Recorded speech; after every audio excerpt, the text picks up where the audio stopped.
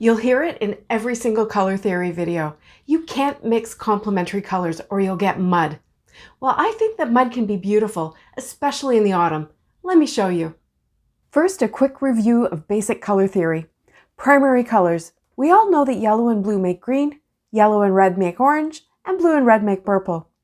This wheel of 6 primary and secondary colors gives us our complementary colors: green and red, orange and blue, and purple and yellow. But before we get to that, let's start easy with a palette of analogous fall colors. Analogous just means they're next to each other on the color wheel, and they'll blend nicely. I'm using the Luxe family of inks from Catherine Pooler, and they are definitely deep and rich and worthy of this time of year. I'm using a 3x6 inch stencil from A Colorful Life Designs, and I've placed it on the left side of my panel of white cardstock and taped it down on the right side to hold it in place and also to mask off the other side of my panel. I started with my lightest color, Glitz, and then I worked my way through Flame, and then Samba, which is actually from the Carnival family, and then back to Luxe with Cranberry Fizz, and finally Glam. As I said, these are great autumn colors, but just to warm up that glam a bit, I added a little bit of the Flame. See how it just changes the color slightly?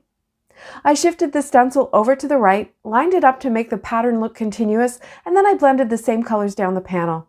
You could turn the stencil horizontal rather than vertical and shift it across the panel for another look. These little stencils are really quite versatile. To finish this one, I cut a white circle from the panel, and then I put down a happy birthday die with a shadow I had blended the Glitz and Glam inks onto. See how they blended into kind of orange in the center? That's the kind of mud I love. Now let me show you a comparison.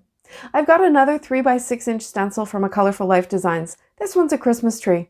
And right before I started blending onto a panel, I realized this would make a really great one-layer card. So I grabbed some card bases and folded them and scored them.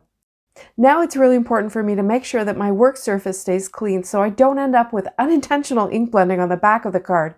But worst case scenario, I can trim it down and use it as a panel. This time I'm using Tiki Torch, and I put that down onto the star with a small blending brush. Then I grabbed Grass Skirt, which is a really bright, vibrant green, and I blended that over the tree lines. Finally, I used Samba, which is a bright orangey red for the trunk. It's pretty, right? Simple, vibrant.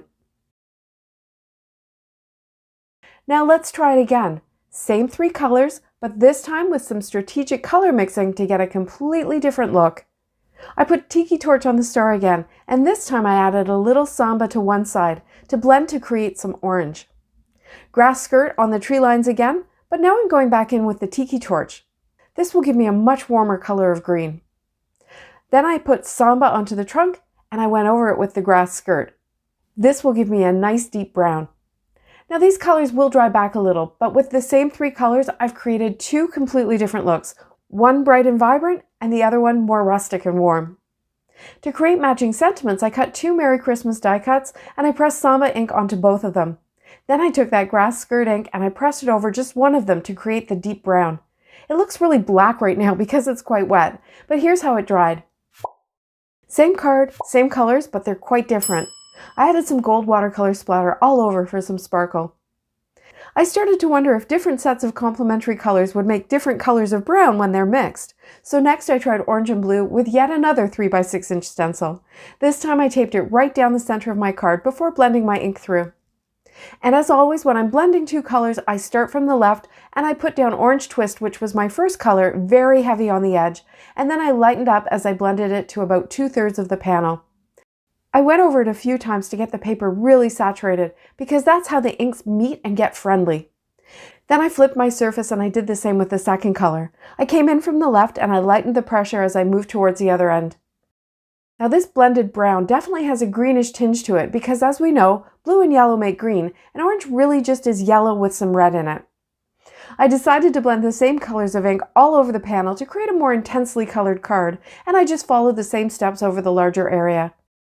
I think it's interesting that the blended color looks more brown closer to the orange end and greener closer to the blue end, and this shows that you can create different shades by adjusting the amount of each color in your blend.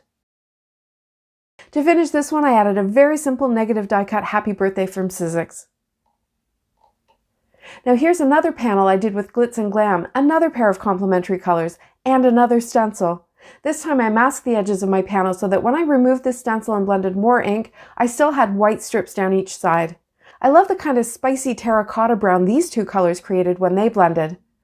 To create my matching sentiment, I pressed the two colors of ink onto a die-cut Happy Birthday, and I layered it up with 3 white layers, slightly offset to add just a bit of brightness. Now it's easy to create autumn cards with colors that are already quite deep, but what about these lighter shades? I've got a curved sweep stencil here, and this time I'm going to go horizontal on my panel. I taped both edges to act as masks and to hold it in place, and then I blended the Bellini and Cummerbund inks through. And again, I'm getting a greeny brown where they mix. I shifted the stencil down, changing the angle so that the curves would kind of fit into each other, and then I blended again. Then I cleaned the stencil so I could flip it over and have the curve coming in from the other side. I could have just turned the stencil 180 degrees now that I think about it, and I could have saved that cleaning, but here we are. And now I've got a fun dotty pattern with a nice space for a sentiment. To create my sentiment, I grabbed the deeper shades of these colors and I blended a smaller panel just like I did earlier. I go left to right because I'm left-handed, and you may be more comfortable working right to left. First with the orange, and then with the blue, and then back and forth until I was happy with the blend. Now I don't know about you, but that mud in the middle looks pretty good to me. I cut a big hello sentiment and I stacked it up. I was pretty happy with the blend, but I did splatter some gold watercolor over it for sparkle again. Splatter is a great way to hide an imperfect blend if you need to. I really like these muddy cards. The blends definitely add interest and they make the colors seem a little more sophisticated to me.